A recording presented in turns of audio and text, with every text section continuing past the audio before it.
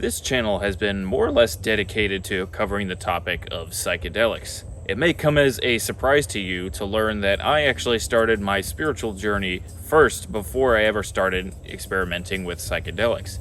And having done so, this gave me many benefits going into the psychedelic experience. And as somebody who has walked this path for a while, it is my recommendation to you that you should implement a spiritual practice of your own, especially if you're going to be experimenting with psychedelics. Now, I realize that the topic of spirituality can be really off-putting to more rationally minded people, and I don't mean to exclude myself in that category. I consider myself to be a very rational, scientifically minded person. But I want you to hear me out through this discussion, and I think I will end up changing your mind by the end of this video. Now, before we go forward, we should be 100% clear on what exactly a spiritual practice is. A spiritual practice, the way I define it, is a set of activities that you routinely perform in order to cultivate a sense of peace, contentment, and an understanding of your life situation in the universe. And spiritual practices include activities such as meditation, contemplation, and breathing exercises. These activities are usually paired with some kind of tradition or teaching of understanding of the human condition or life in the universe. And Buddhism and Hinduism are excellent examples of this. It is important to understand also that spiritual practice is not religion.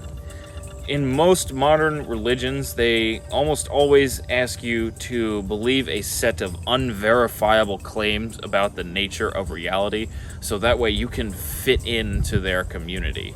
You should not submit yourself to the dogmas of religion, but if you implement spiritual practice, you will notice many benefits both going into psychedelics and in your life in general.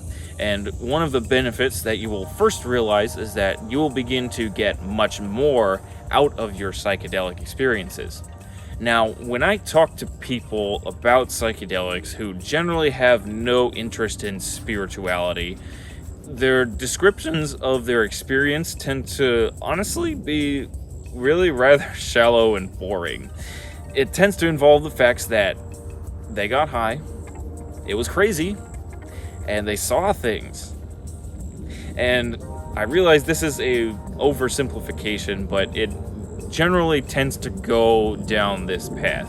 And as somebody who's walked the spiritual path for a little while, let me tell you, the psychedelic experience can be so much better than just the getting high part.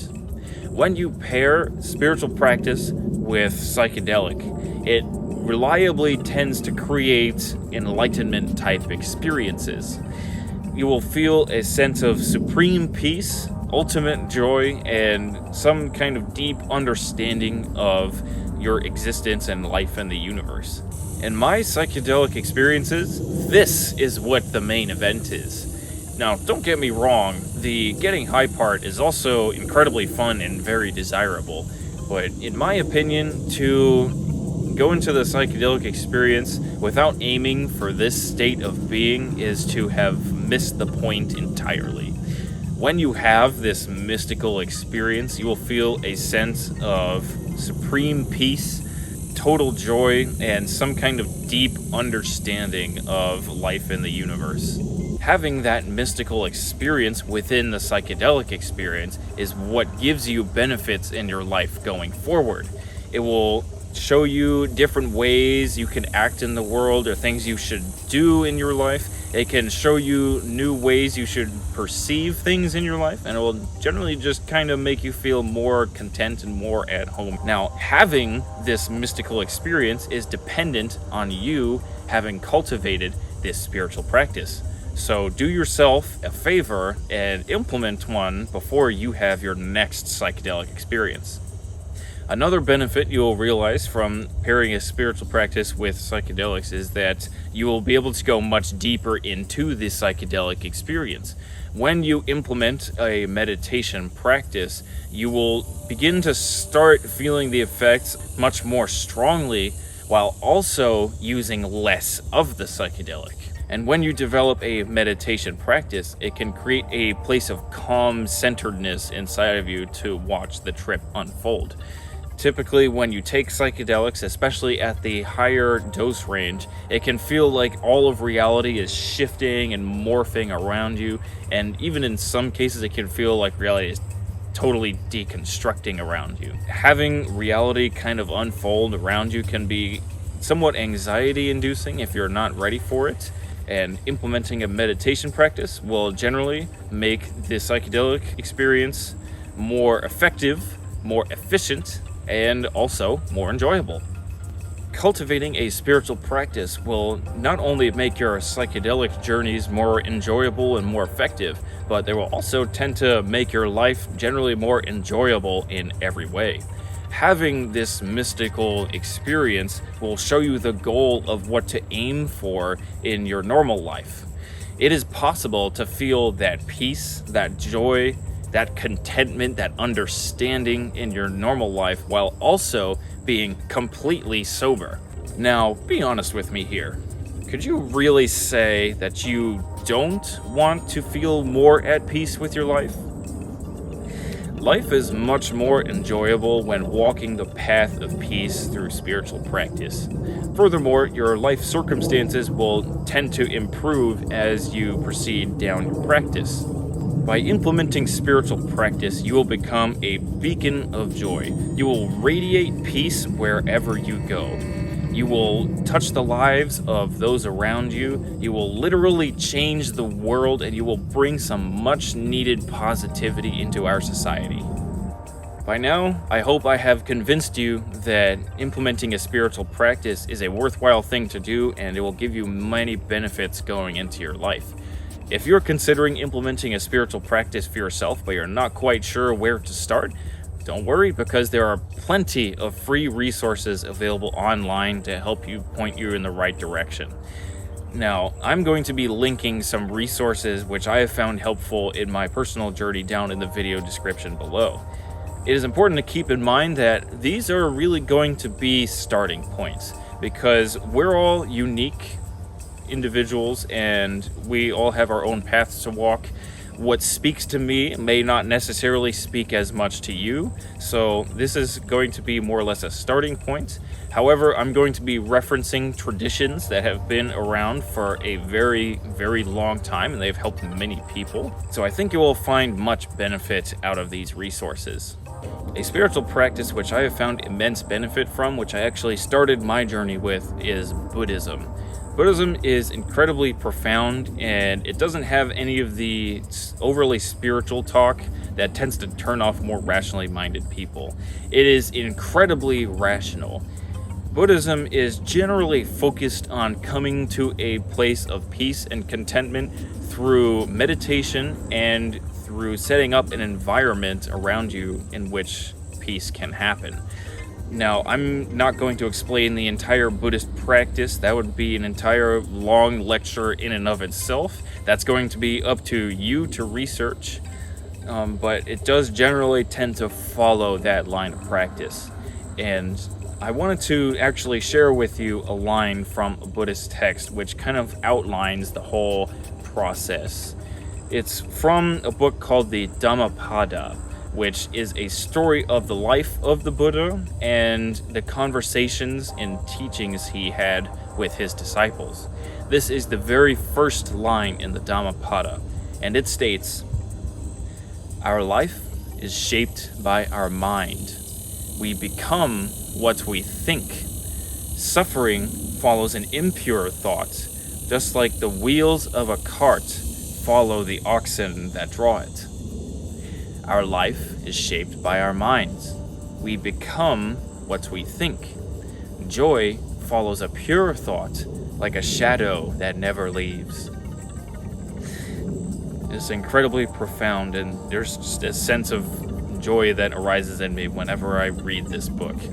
Now, if you're interested in learning more about Buddhism in general, there are plenty of free resources online, and I'd recommend you look up the teacher Joseph Goldstein. He is a traditional Buddhist teacher and a meditation instructor. He has plenty of free content and lectures available on YouTube, He's written many books about the subject. If you look him up online, you'll find plenty of free lectures about Buddhist doctrines and principles. You'll find plenty of talks about meditation and how you should do meditation, really.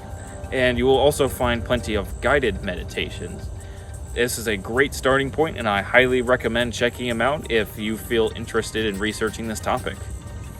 Another spiritual practice, which you might find some benefit from, is the practice of Hinduism.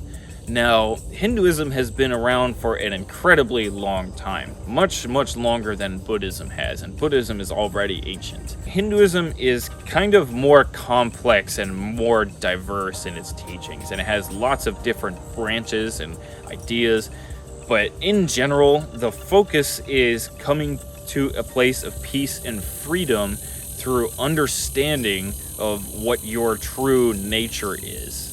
And there are plenty of practices to go along with this. In their traditional texts, which are called the Vedas, they have plenty of text outlining meditation techniques, breathing exercises, yoga techniques, and yoga postures you can implement, and also teachings about what your true self is. It is incredibly profound, and I have spent some time researching and learning about the tradition called Advaita Vedanta, which is focused on self-knowledge as the key to freedom. If you're interested in learning about this, there's a man who has a YouTube channel called Swami Tadatmananda.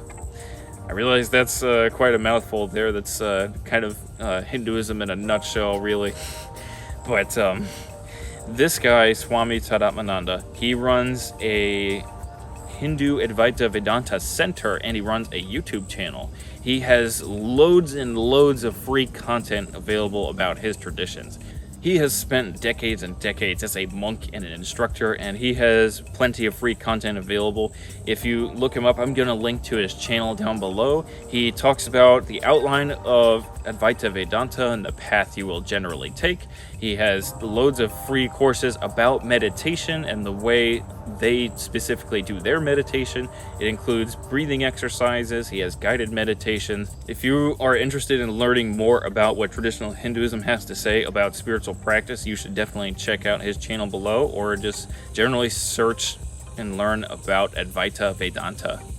Another resource you can use to learn spiritual practice is a teacher by the name of Eckhart Tolle. He likes to use a blend of various spiritual practices and traditions, but he tends to focus on meditation and focusing on the present moment to reclaim power over your automatic mind and come to peace and contentment in the present moment. He has been incredibly impactful in my life in particular, and he has loads of free content and lectures available on YouTube. He actually has a very interesting story if you listen to his story. He was a person who suffered greatly from depression and mental illness in his youth, and he one night had a sudden transformation and enlightenment experience where after that point he felt incredibly peaceful and joyful, and he was able to sustain that state going forward into his life. He has plenty of free content available and lectures here on YouTube, which you can look up. And he also has a book available called The Power of Now. And this book literally transformed my life. It was incredibly helpful to me. I've listened through it probably from start to finish at least 100 times. And I keep going back and back to it because I keep finding new nuggets of wisdom that I'm able to apply to my life. Now, I highly recommend, if you are searching for something more modern about meditation, look up this book and listen to the audiobook version of The Power of Now. There's something about listening to Eckhart Tolle speak where he really carries the essence of presence in his voice, and you can pick up on it intuitively. As you listen to his lectures and his books, try to think about how you could apply his teachings to your life. Another spiritual practice which you can and should implement for yourself is breathing exercises. Now, there is a particular teacher, you have probably heard of him before, who goes by the name of Wim Hof. He is a Dutchman who teaches breathing exercises, and he kind of sounds strange when he talks about his breathing exercises. He sounds a little less rational. These breathing exercises, they bring you right into the depth of the mind. And that is only the logic, because breathing is the life force. And you are able to stop it, to manipulate it, to slow it, to accelerate, and thus you change the biochemistry. But the thing is, his breathing exercises really work. And I've noticed this for myself, and he's done many experiments with scientists and found improvements for lots of health conditions simply by doing his version of breathing exercises. And the man is also, quite frankly, an enigma. He holds many world records for various things. He regularly climbs mountains in just his shorts. He's climbed Mount Everest just simply in his boxers. That should be evidence enough that this guy is onto something, really. And it's really fun listening to him because he's incredibly charismatic, and just listening to him, you feel empowered, like you can tackle life and feel healthy and happy all the time, really. Now, if you're interested in learning more about his breathing technique, it's free. He has plenty of content available on YouTube. I will list his name down below, and I will link a guided breathing session for you to try this and see it for yourself. To wrap up this conversation, spiritual practice is easy, enjoyable, will make your psychedelic experiences better, and will generally just improve your life in many ways. The only thing that's required from you is to invest some of your time into learning them and make a commitment to practicing regularly.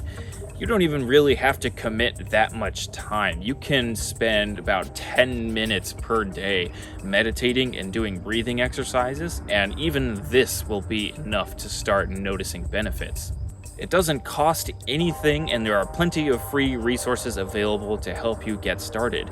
And I think the fact that there are so many free resources available online that have been produced by people should be sufficient evidence that spiritual practice has helped out enough people to the fact that there is something there that will help benefit everybody. You should do yourself a favor by implementing a spiritual practice. It may just be one of the most important things you do in your life.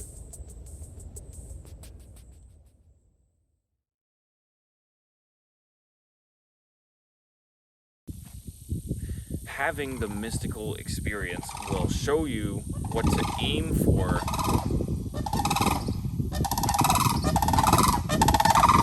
Oh, loud as Jesus. Is that really necessary? Jesus Christ, man. They're like literally right here. Hold on a second.